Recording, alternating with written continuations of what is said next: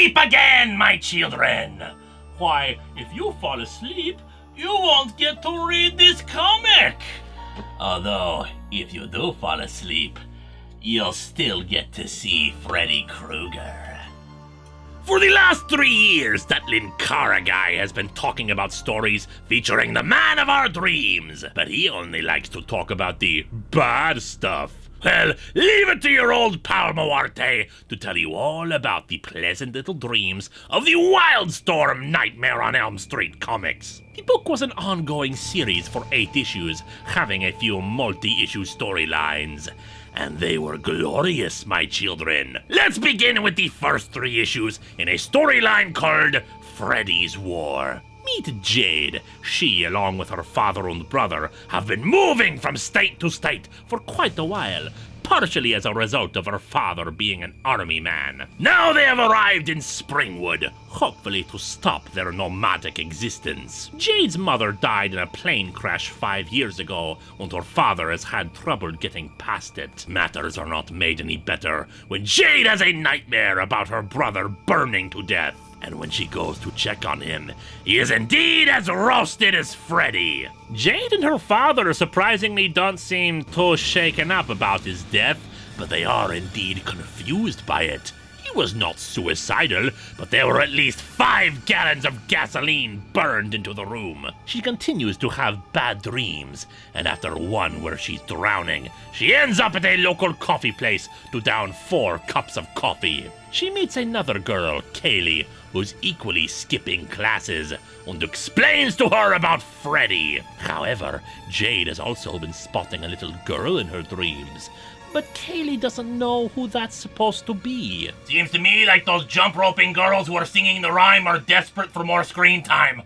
After Freddy attacks her in her sleep once again, her father wakes her up to find the claw marks on her back, demanding to know what's going on. She tells him, and he is open-minded about it, at the very least being willing to teach her army deep mental meditation to control her dreams. Jade recognizes that Freddy has been unable to get his claws onto the little girl in the dream, but can't find any record of her at the hospital. As such, she heads back into the dream, Kaylee standing by to wake her up. Unfortunately, the plan doesn't quite work, Freddy once again attacking. Kaylee falls asleep too, and manages to fight off Freddy, but at great injury to herself. The police want to take Jade in for questioning, but an officer from the state police shows up, seeming to know about the situation. But of course, the thing to remember about this is— Aha!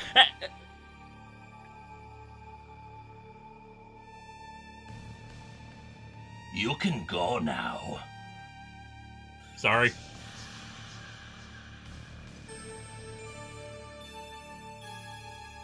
Idiot.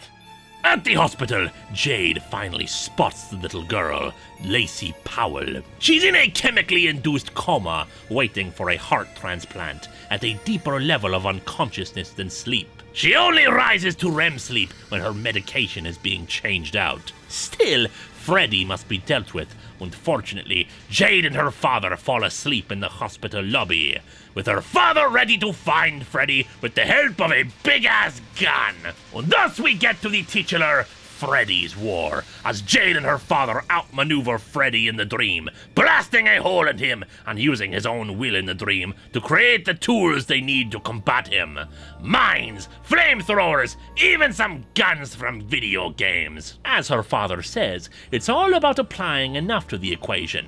Freddy can duplicate himself as much as he wants, send in legion upon legion of himself, but as long as they can keep sending dream bullets into him, they can fight him off. Unfortunately, the battle isn't over until you wake up, so Freddy is able to kill Jade. Her father awakens, but not all is lost. Jade's heart is a perfect match for Lacey, and he now thinks he may have a reason to stay in Springwood a bit longer. Where some of the storylines in the ongoing remained unresolved, the Wildstorm Nightmare on Elm Street comics were enjoyable and grand, with plenty of nightmarish carnage for us to delight in.